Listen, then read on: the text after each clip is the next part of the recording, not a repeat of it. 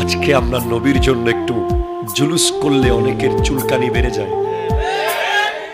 আফসোস, ঈদুল ফিতরের দিন জুলুস হয়, ঈদগাহ থেকে বের হয়ে মিছিল হয়, কোন শায়েকের পেজে বিরোধিতা দেখলাম না। পহেলা বৈশাখের মিছিল হয়, কোন শায়েক বেদাত ফতোয়া দেয় নাই।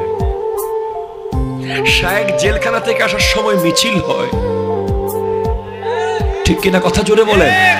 কোরআন প্রতিযোগিতায় ফার্স্ট হয়ে কারি সাহেব বাংলাদেশে শাহজালাল ইন্টারন্যাশনাল এয়ারপোর্ট থেকে আসার সময় মিছিল হয়।